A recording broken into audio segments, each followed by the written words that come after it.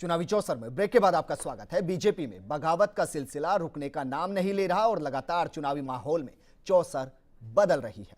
बागी होकर बाड़मेर से जसवंत सिंह और सीकर से सुभाष महरिया निर्दलीय उम्मीदवार के रूप में चुनावी मैदान में हैं। वहीं अब पूर्व प्रदेश महामंत्री रामपाल जाट भी बगावत की राह पर है और टोंक सवाई माधोपुर सीट से निर्दलीय उम्मीदवार के तौर पर उतरने की तैयारी में है।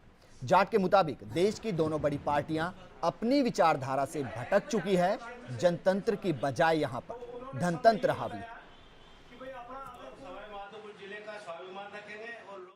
किसानों की लड़ाई को विधानसभा के पटल पर, लोकसभा के पटल पर लाकर प्रभावी बनाया जा सके, इसके लिए मैंने ये हमेशा चाहा है कि ये जो विचार है किसानों का, ये संसद में पहुंचे, ये विधानसभा में पहुंचे। इसके लिए मैंने प्रयास किए हैं। इसलिए मैंने व्यक्तिगत मेरी इच्छाएं, आकांक्षाएं बहुत ज्यादा ही नहीं रही कि मैं ही विधायक बनूं, मैं ही सांसद बनूं, लेकिन इस विचारों के लिए हमारे किसान वर्ग, हमारे मजदूर वर्ग, हमारे छोटे व्यापारी, जिनके लिए हमने एफडीआई के खिलाफ लड़ाई लड़ी पूरे हिंदुस्तान में, उन सब की इच्छा है कि मैं चुनावी चौसर में बीजेपी कांग्रेस के बाद अब बात करते हैं आम आदमी पार्टी की। इसने भी कई सीटों पर कांग्रेस बीजेपी की चुनावी बिसात को टक्कर दी है, लेकिन गुटबाजी यहां भी जारी है, बगावत यहां भी भरपूर है।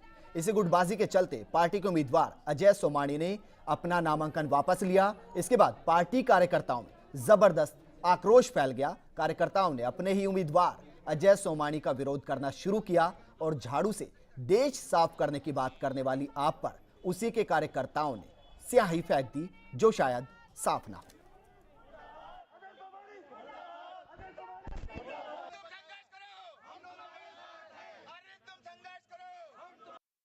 वीआईपी आदमी जो रहेगा वो वीआईपी।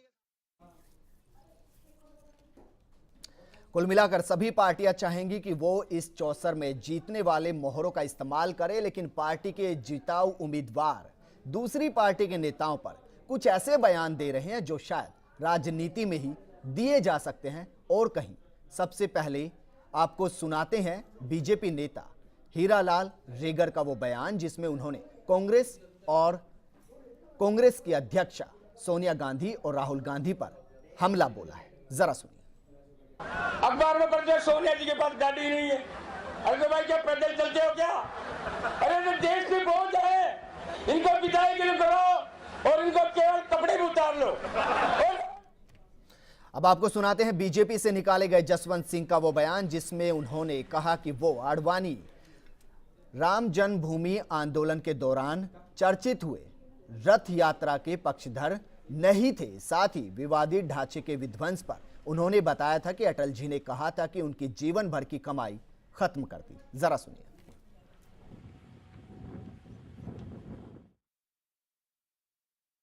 राम जन्मभूमि का जब आंदोलन शुरू हुआ था, मैंने माननीय आडवाणी जी से, हमारी एग्जीक्यूटिव की बैठक थी, उसमें मैंने निवेदन किया था, आडवाणी जी मैं इससे सहमत नहीं हूँ। माननीय भैरू सिंह जी मुख्यमंत्री थे, ये मैं शेखी के तौर पे नहीं कह रहा हूँ। उन्होंने कहा भाई तुम यहाँ क्यों नहीं, तुम चित्तौड़ से एमपी हो, आडवाणी जी के रथ वहाँ से निकलेगा, तुमको जाके स्वागत करना चाहिए। मैंने कहा भैरू सिंह जी मैं माफ़ी चाहता हूँ, मैं नहीं सोचता कि भगवान राम की हम जो हमारी आस्था है वो सिमट कर केवल एक मंदिर में आ गई है। मैं साथ ये भी नहीं सोचता कि भगवान राम की महिमा किसी एक और मंदिर को बनाने से बढ़ेगी या नहीं बनाने से घटेगी। जसवंत सिंह राम भूमि के मुद्दे पर बयान दे राजनीति करते नजर आ रहे हैं, तो वहीं उनकी पत्नी कंवर कहती हैं कि भगवान को मानने की बात करने वाली पार्टी खुद भगवान बनी बैठी है। जरा देखो कि जिस बिल्डिंग को आपने तैयार किया इतने 40 सालों से, अब उसका एक पत्थर नींव से निकाल लोगे तो वो बिल्डिंग तो नहीं रहेगी। और धर्म के पीछे आप बात करते हो, राम मंदिर करते हो, ये करते हो, जब आप खुद ही भगवान और देवियां बन जाओ तो वो कहाँ धर्म का है। अब बात पूर्व क्रिकेटर अजरुद्दीन की, जिन्होंने मोदी की लहर होने की बात से इनकार करते हुए कहा कि लहर नहीं बल्कि उनकी पार्टी की लू चल रही है। अब कोई उन्हें लू का मतलब बताए और उन्हें नुकसान के बारे में भी बताए। बहरहाल उन्होंने क्या कहा, जरा सुनिए।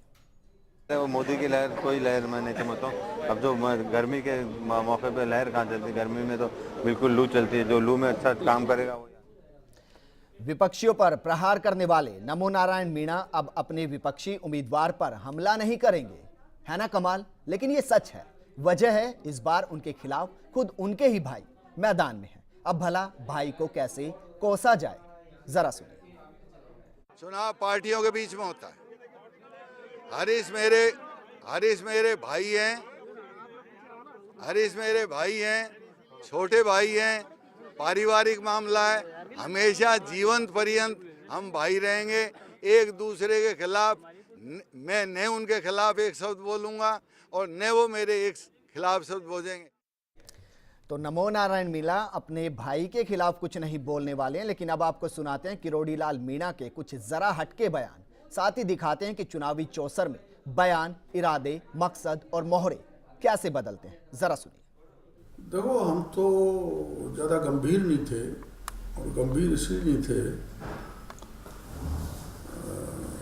कि कार्यकर्ताओं के सभी के ये सुझाव आए थे कि अलायंस करके।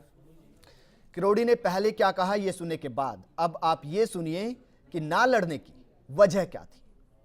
राहुल गांधी जी के हवाले से मेरे को खुद भंवर जितेंद्र सिंह जी ने कहा था कि आपके भाई का टिकट दौसा से कांग्रेस से फाइनल है, पर थोड़ा यही ध्यान रखना है कि आपको उम्मीदवार खड़ा नहीं। जब 60 गांठ ना हो तो किरोड़ी खुद मैदान में आ गए। जो इसके बाद क्या कहते हैं जरा ये भी सुनिए। आपको अंदाजा हो जाएगा कि राजनीति में रंग कितनी जल्दी और कैसे बदल जाते हैं।